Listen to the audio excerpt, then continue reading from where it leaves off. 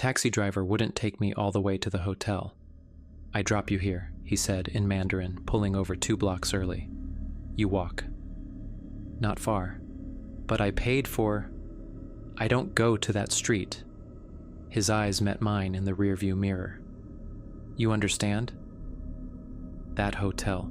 People check in. Not everyone checks out." I thought he was trying to scam me for more money, or maybe he was superstitious. Taiwan was full of ghost stories, numerology, feng shui warnings. I'd been teaching English in Taipei for 3 years. I knew how seriously locals took these things, but I'd never let it bother me. That was my first mistake. The Yonghe Grand Hotel sat on a narrow street in New Taipei City, wedged between a shuttered noodle shop and a funeral home. 7 stories of water-stained concrete and rusted balconies, with a flickering neon sign that buzzed like dying insects. The characters read, Yonghe Da Fandian, Yonghe Grand Hotel, but someone had spray-painted additional characters underneath that I couldn't quite make out in the dark. The lobby smelled like cigarettes, mildew, and something else. Something sweet and rotten, like fruit left too long in summer heat. Behind the desk sat an old woman watching a soap opera on a tiny television. She didn't look up when I entered, didn't acknowledge my presence until I cleared my throat twice. "Room," I said in Mandarin. "One night. How much?" 500 new Taiwan dollars. About 15 US dollars. Impossibly cheap, even for a place like this. "Does it have a bathroom? Air conditioning?" "4th floor. Room 413.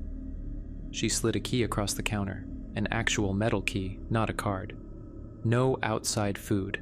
No visitors after 10 p.m. Don't open the window in your room." "Why not?" Her eyes finally lifted to meet mine, and I saw they were filmy with age, the whites yellowed. "The mosquitoes. Very bad, very hungry." She turned back to her television. "Checkout is 9 a.m. Not 9:01, 9 a.m. The elevator was broken. A handwritten sign in Chinese said under repair, but the paper was brown with age. I climbed the stairs, my backpack heavy on my shoulders. Each floor was identical, a long hallway with flickering fluorescent lights, rooms on either side, and at the end of each hall, a small shrine with burnt-out incense and offerings that looked months old. The 4th floor was quieter than the others. No sounds from behind the doors. No lights showing under the gaps. Just that same sweet rotten smell, stronger now. Room 413 was at the very end of the hall. The door was covered in small rectangular papers, Fu talismans, Taoist protective charms, dozens of them, layered over each other, some so old they were brown and crumbling. Someone had tried to peel them off. I could see the torn remnants where fingers had scratched at the edges. Inside, the room was exactly what I expected. A narrow space with a single bed, a small bathroom, a desk, and one window covered by heavy curtains. The air conditioner rattled but produced only warm air. The overhead light flickered in that nauseating pattern that suggested the bulb was dying. But it was cheap, and I was tired. I'd had a fight with my girlfriend, stormed out of our apartment in Taipei, and needed a night to cool off. Tomorrow I'd apologize. Tomorrow everything would be normal. I dropped my bag and immediately went to open the window. The room was stifling. The window was sealed. Not locked. Sealed. Someone had used silicone caulk around the entire frame, thick and deliberate, as if they were trying to keep something out, or keep something in. I tried the air conditioner again. Still just hot air. I was about to go downstairs to complain when I noticed something on the desk. A notebook. Old, water-damaged, the pages warped. The cover was blank. I opened it. The first page was filled with writing in Chinese, different handwriting styles, like multiple people had used the same notebook. I could read enough Chinese to understand the first entry. Room 413, 3rd night. The woman in the mirror is getting closer. She was across the street yesterday. Tonight, she's in the window of the building opposite. She's wearing a red dress. She's smiling. I don't think I should stay here anymore. The next entry was in different handwriting. Day 1, the previous guest left this notebook. I think it's a joke. There's no woman. There's nothing wrong with this room except the smell. I'm going to sleep. No more entries from that person. The next entry was dated 2 months later. Something is wrong with the mirror in the bathroom. My reflection moves wrong. It delays, like lag in a video. And sometimes it smiles when I'm not smiling. I'm leaving in the morning. I don't care about the deposit. I flipped through the pages. Dozens of entries, different dates, different people, all staying in room 413, all reporting the same things. The woman in red, the mirror, the smell, the feeling of being watched. The last entry was from 1 week ago. This is my 5th night. I can't leave. Every time I try to check out, I end up back in this room. The old woman at the desk just smiles and hands me the key again. The woman in red is inside my room now. She stands in the corner. She never moves, but she's getting closer. If you're reading this, leave now. Don't stay until nightfall. Don't look in the mirror. Don't listen to the knocking. And whatever you do, don't answer when she calls your name. I dropped the notebook. This was clearly some elaborate prank for tourists. Ghost story nonsense designed to scare foreigners who couldn't read Chinese well enough to know it was fake. But my hands were shaking. I looked at the bathroom. The door was open. I could see the mirror above the sink, reflecting the empty room. I watched my reflection carefully. It moved normally. No delay. No strange smile. See? Just stupid superstition. I pulled out my phone to call my girlfriend, to laugh about this creepy hotel, but there was no signal, not even one bar. I tried the Wi-Fi. The hotel supposedly had it, but no networks appeared. Fine. One night. No phone. No internet. I'd survive. I lay down on the bed, fully clothed, and tried to sleep. That's when I heard the knocking.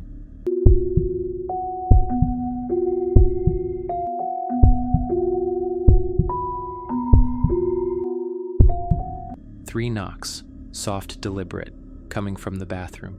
I sat up, my heart already racing. The bathroom door was still open. I could see inside. The small space was empty, just the toilet, sink, and mirror.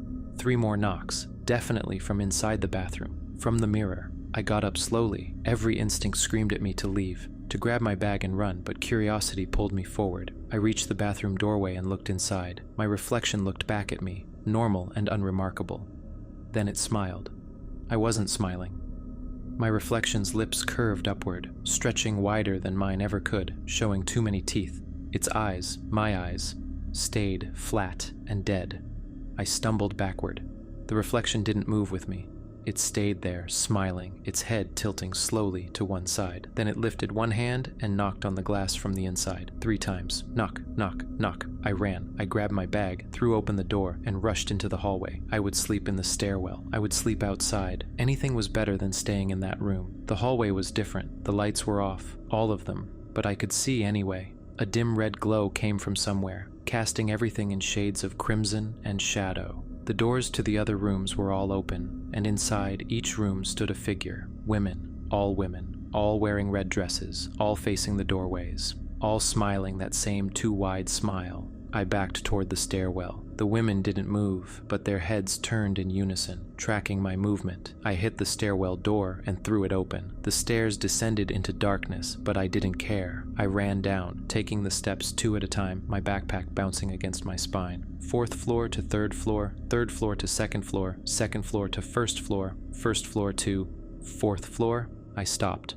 The sign on the wall clearly said 4F in glowing red numbers. I'd gone down 3 flights of stairs. I should be in the lobby. I tried again, down the stairs, counting carefully this time. 1 flight, 2 flights, 3 flights, 4th floor, again, faster this time. 4th floor. I was breathing hard, panic rising in my throat like bile. I tried going up instead. Maybe the logic was reversed. Maybe 4th floor. Every stairwell exit led to the 4th floor, to that same hallway, to room 413. I stood in the stairwell, my back against the wall, trying to think. This wasn't possible. This wasn't real. It was a nightmare. I'd fallen asleep in the room, and this was just a dream. Then I heard singing. A woman's voice, soft and sweet, singing in Taiwanese. An old song, the kind my students' grandmothers might know. The voice came from above me, echoing down the stairwell.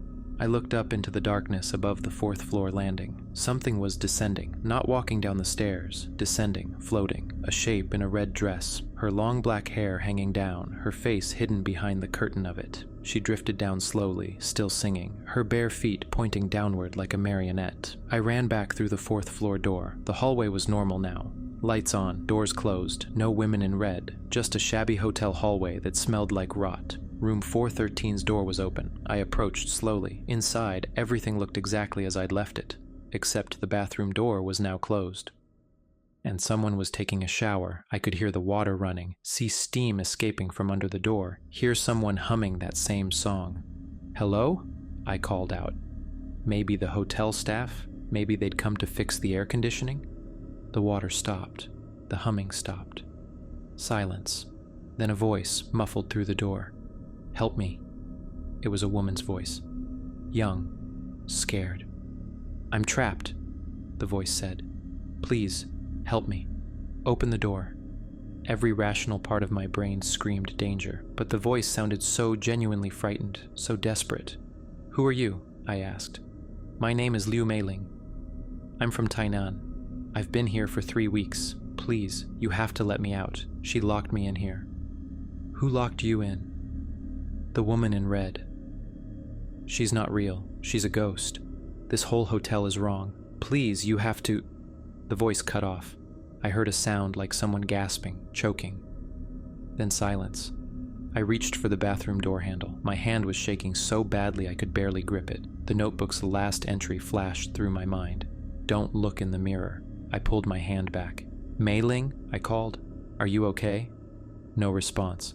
I pressed my ear to the door. No sound of breathing, no sound of movement, nothing.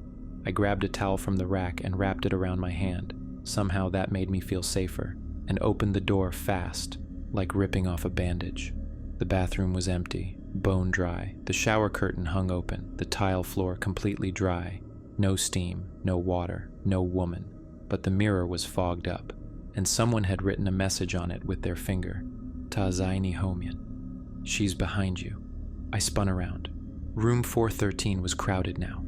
Women stood everywhere, dozens of them, packed shoulder to shoulder, all wearing red dresses, all with their faces hidden behind veils of black hair, all absolutely silent. They filled the room so completely I couldn't see the door, couldn't see any way out. Then, in unison, they all lifted their heads. I saw their faces. They had no faces, just smooth skin where their features should be. No eyes, no nose, no mouth, just blank skin pulled tight over skull shapes, except one. The one standing directly in front of me, so close I could smell her. That sweet, rotten smell, like old flowers and spoiled meat. She had a face, a beautiful face, a smiling face. "Hello," she said in perfect English. "You've been chosen."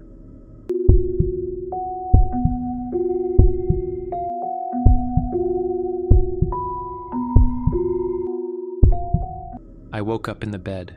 Morning light streamed through the window, the sealed window, and the room was empty. No women, no red dresses. The bathroom door stood open, the mirror clean and unremarkable. A dream. It had all been a nightmare brought on by stress and that stupid notebook full of fake ghost stories. I laughed, relief flooding through me. I checked my phone. 8:47 a.m., perfect timing to check out before the 9 a.m. deadline. I grabbed my bag and opened the room door. The hallway was filled with hotel staff, maids with cleaning carts, maintenance men with tools, a manager in a neat suit, all Chinese, all going about their business, all completely normal. "Excuse me," I said in Mandarin to the nearest maid. "Can you tell me why—" She walked past me as if I didn't exist, didn't even glance my way. I tried the manager. "Sir, I need to—" He walked through me, not past me, through me. I felt him pass through my body like I was made of cold air. I looked down at my hands. They looked solid, normal. I could feel the backpack straps on my shoulders, feel my feet on the ground. But none of the staff could see me. I ran to the stairwell. This time it worked normally. I descended 3 flights and emerged in the lobby. The old woman was gone, replaced by a middle-aged man reading a newspaper. "Excuse me," I said. "I need to check out. Room 413. He kept reading his newspaper. I slammed my hand on the desk. "Hey, I'm talking to you." My hand passed through the desk. "Number. No. I ran outside. The street looked different in daylight, busier, with scooters buzzing past and a breakfast vendor setting up shop. Real people. Normal people. "Help!" I shouted. "Someone help me!" No one looked. No one heard. I was invisible. Intangible. A ghost. I sank down on the curb, my mind reeling. This wasn't possible. I was alive. I had to be alive. This was still a dream, a hallucination. "You're not dead," a voice said behind me. I turned. An old man sat on a stool nearby smoking a cigarette. He wore the kind of clothes you'd see in old photos. High-waisted pants, a white undershirt, suspenders. He was looking right at me. "You can see me," I said. "I can see all of you," he said in Taiwanese accented Mandarin. "All the guests. Room 413 has had many guests over the years. What happened to me?" He took a long drag on his cigarette. "The hotel is hungry. It's always hungry. It takes people sometimes, not their bodies, their spirits. Traps them between the living world and the dead. You're caught now, like all the others." The women in red. The first victim, 1986. A young woman named Chen Shuying. She was staying in room 413. Working girl, you understand? Very poor. The hotel was cheap. On her third night, she went to the roof. She jumped. Suicide, but her body wasn't found for 2 days. The hotel management covered it up, moved her body, bribed the police. She became a ghost, an angry ghost. He pointed to the hotel with his cigarette. Her spirit infected the place, made it sick. The hotel feeds on her anger, uses her to trap others. Each person trapped makes the hotel stronger. It's been going on for almost 40 years now. How do I get out? The old man smiled sadly. You don't. Not unless someone breaks the cycle. Someone has to perform the proper rituals. But the hotel won't let anyone who knows the truth get close enough. It protects itself. He stood up, his form flickering slightly. I tried in 1993. I was a Taoist priest. I came to cleanse the place. The hotel trapped me too. We're all here. All the ones who stayed in room 413. All the ones who tried to help. There has to be a way. There is. But you'll need help from the living, and they'll need to know what to do before they enter the hotel. He started to fade. Find the others. They're all still here. Some remember more than others. Chen Shuying, the woman in red, she was corrupted by the hotel's hunger, but deep down, part of her remembers being human. Maybe, if you can reach that part. He vanished like smoke. I sat there as morning turned to afternoon, watching people pass by, none of them seeing me. I watched guests check into the hotel, mostly backpackers, people looking for cheap accommodation. I wanted to scream at them to run, but they couldn't hear me. As evening approached, I felt a pull, like invisible hands tugging at my chest. I fought it, but the sensation grew stronger, more insistent. The hotel was calling me back. I found myself walking through the entrance, through the lobby, up the stairs. My body moved without my permission, back to the 4th floor, back to room 413. The door opened on its own. Inside, the women in red waited, all of them, standing silent and still. The one with the face, Chen Shuying, stood in the center of the room. You understand now, she said. You're one of us.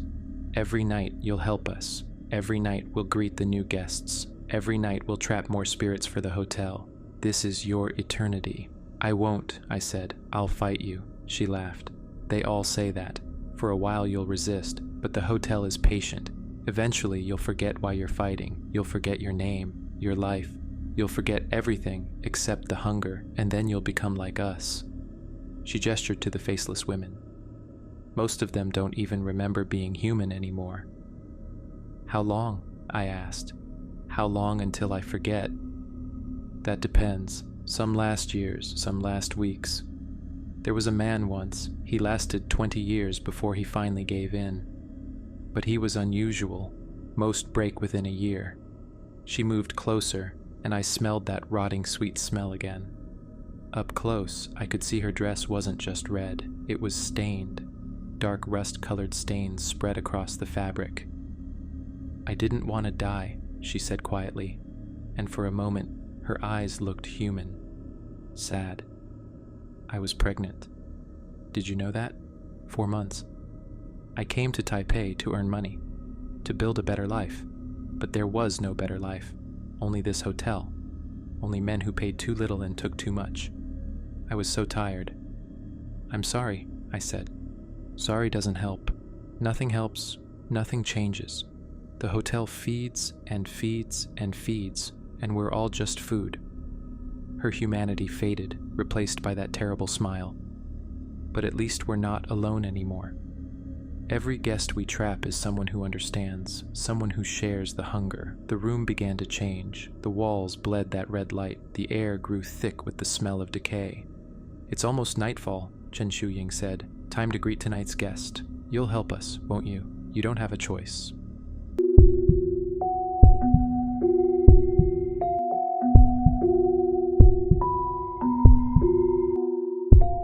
413's door opened. A young woman entered, Taiwanese, early 20s, pulling a small rolling suitcase. She looked around the room with obvious disappointment but said nothing. She set her bag down and immediately went to try the air conditioning. I could see her, hear her, but when I tried to speak, no sound came out. My mouth moved, but I was as silent as the faceless women around me. The new guest pulled out her phone, frowned at the lack of signal, and sighed. She looked tired, stressed. I recognized that expression, the same one I'd had when I checked in. Chen Shuying smiled. This one's pretty. She'll last at least 3 nights before the mirror breaks her. I wanted to warn her, I wanted to scream, but I could only watch as she found the notebook on the desk, opened it, and began to read. Her expression changed. Fear flickered across her face. She grabbed her bag and headed for the door. It wouldn't open. She pulled harder, twisted the handle, kicked it. Nothing. "Let me out," she shouted in Mandarin. "This isn't funny. Let me out." No one came. No one would come. I knew that now. She turned and saw us. We must have become visible gradually because she screamed and pressed herself against the door. All the women in red, standing perfectly still, watching her with their no faces or Chen Shuying's too wide smile. "Please," the girl whimpered. "Please don't hurt me." Chen Shuying moved forward. "We won't hurt you. We'll just keep you like we keep everyone."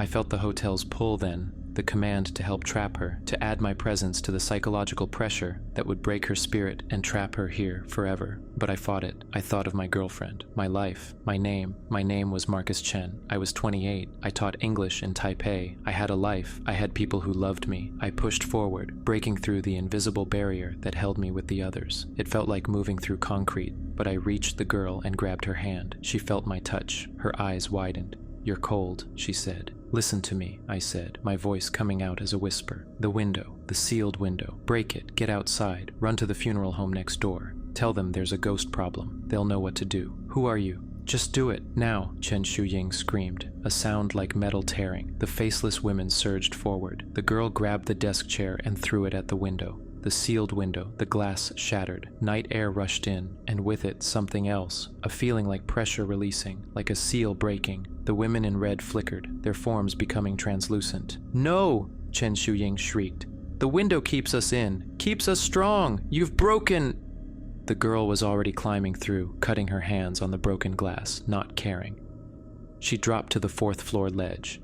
There was a decorative ledge running along the building, and started moving toward the balcony of the next room. I tried to follow, but the hotel's pull was too strong now. It was angry, furious.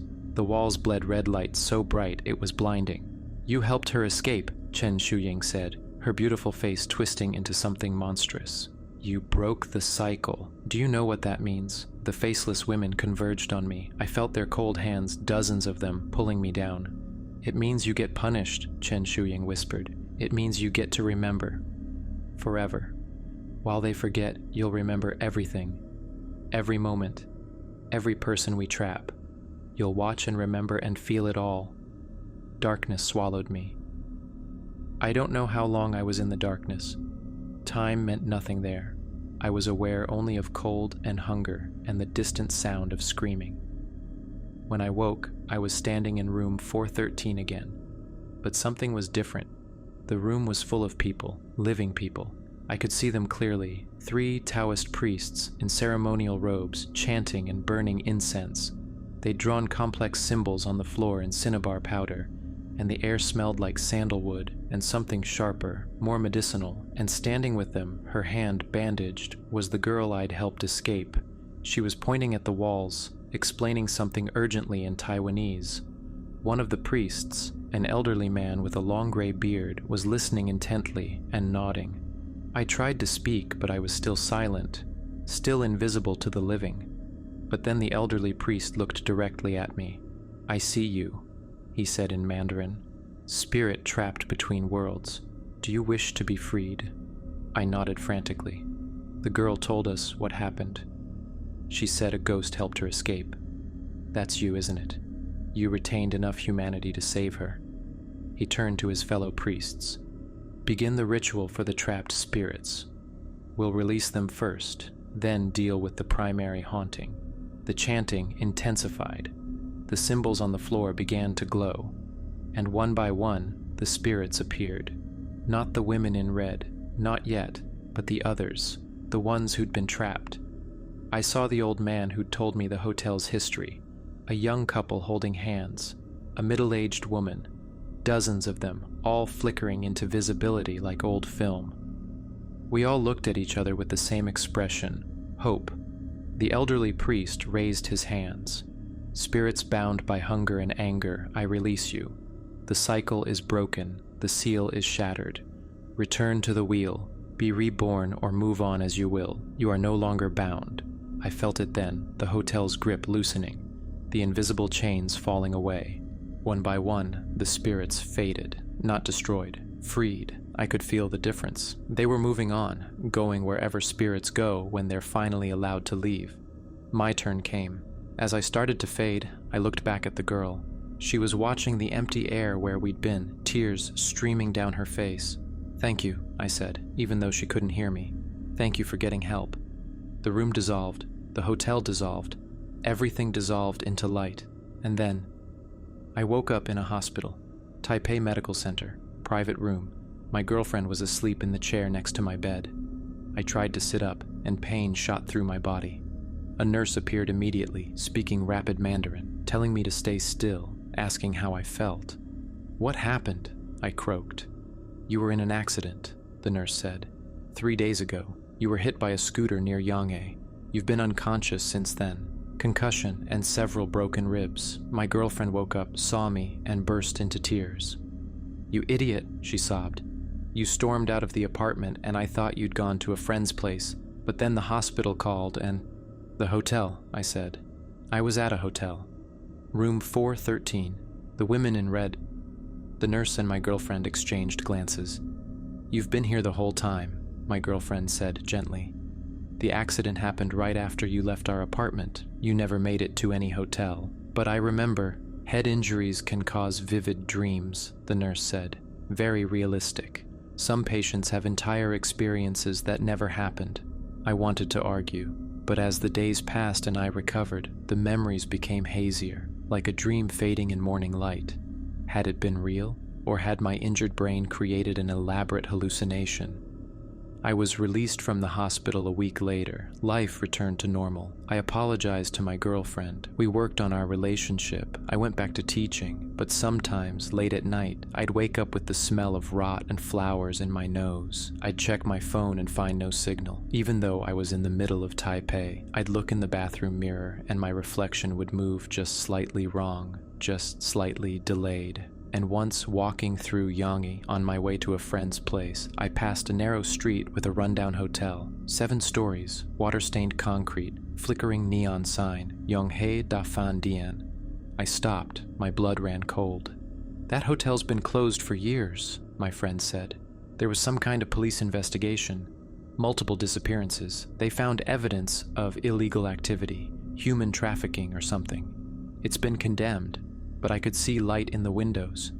And on the 4th floor, in one of the rooms, I could see a figure standing behind the curtain, wearing red, watching me. I didn't tell my friend, I just kept walking. But that night, I found something in my jacket pocket, something I didn't remember putting there, a key. Old brass, with a tag attached. The tag read, Room 413. I threw it away immediately, down a storm drain, just like I'd thrown away that other key in a dream or memory or hallucination. But the next morning, it was back in my pocket. It's always back in my pocket. And every night, around midnight, I hear 3 soft knocks on my apartment wall. Knock, knock, knock, the same rhythm, the same pattern. My girlfriend never hears them, but I do, I always do. The hotel is patient, and I think it's still hungry. Subscribe.